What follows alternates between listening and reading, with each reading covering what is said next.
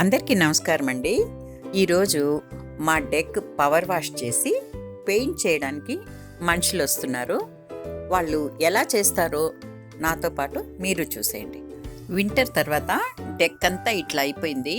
Compulsory yearly కాకపోయినా 2 ఏళ్ళకి ఒకసారి అయినా సరే వింటర్ తర్వాత డెక్ క్లీన్ అయితే తప్పకుండా చేయించుకోవాలి. ఇక్కడ వీళ్ళు రాగానే వాటర్లో ఏదో క్లీనింగ్ లిక్విడ్ కలిపి డెక్ అంతా స్ప్రే చేశారు.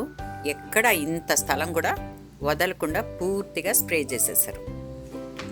అలా క్లీనింగ్ లిక్విడ్ స్ప్రే చేశాక ఒక 5 minutes ఆగి పవర్ వాష్ మొదలుపెట్టారు.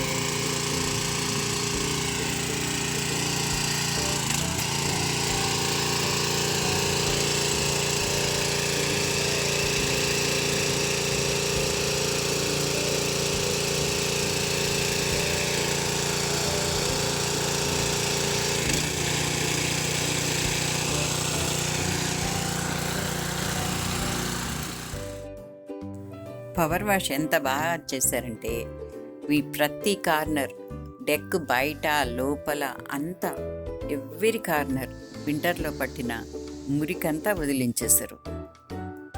అసలు వీళ్ళకి మనం దగ్గరుండాల్సిన అవసరం లేదు, చెప్పాల్సిన పని లేదు. వాళ్ళ పని వాళ్ళు రోబోట్స్ లాగా చేసుకుపోతుంటారు. ఒక్క నిమిషం కూడా వేస్ట్ చేయరు. వీళ్ళు పవర్ వాష్ చేసి వెళ్ళిపోయాక 3వ రోజుకి పెయింట్ చేసే వాళ్ళు వచ్చారు. ఈ బ్యాచ్ వేరు, ఆ బ్యాచ్ వేరు, కానీ కంపెనీ మటుకు ఒకటే.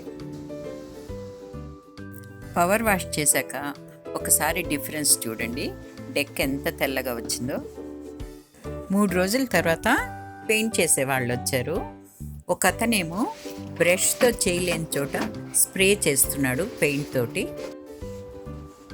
ఒక అతనేమో బయట చేస్తున్నాడు, ఒక అతను లోపల అన్ని కార్నర్స్ వైపు మెల్లగా చేస్తున్నాడు. కార్నర్స్ అంతా నీట్గా. పెయింట్ అయితే 2 coat వేస్తామన్నారు. ఒకవేళ ఇది వేశాక 24 hours వర్షం రాకూడదంట. ఒకవేళ వర్షం పడితే మళ్ళీ వచ్చి వేస్తామన్నారు. It's 2 coats on the floor and on the flat, or on the top of the hamper. Okay. So it's just a wet on wet process. So I'll do that one first and then... So when you do this, do you do the second coat right now? Corners అయితే ఇంత నీట్గా మెల్లగా వేశారు కదా, ఇంకా మధ్య భాగానికి వచ్చేసరికి చూడండి ఎంత ఫాస్ట్గా వేసేస్తున్నారు. వీళ్ళు కూడా 2 గంటల్లో 2 coats వేసి వెళ్ళిపోయారు. ఇక్కడ ఇది 2 years ఒకసారి అయితే కంపల్సరీ చేయించాల్సిందే. దీనికి రేట్ వచ్చి స్క్వేర్ ఫీట్ లెక్కన తీసుకుంటారు. మాదైతే చిన్న డెక్ కదా, అందుకని $800 తీసుకున్నారు. అంటే పవర్ వాష్కి ఈ పెయింట్ అంతా కలిసి.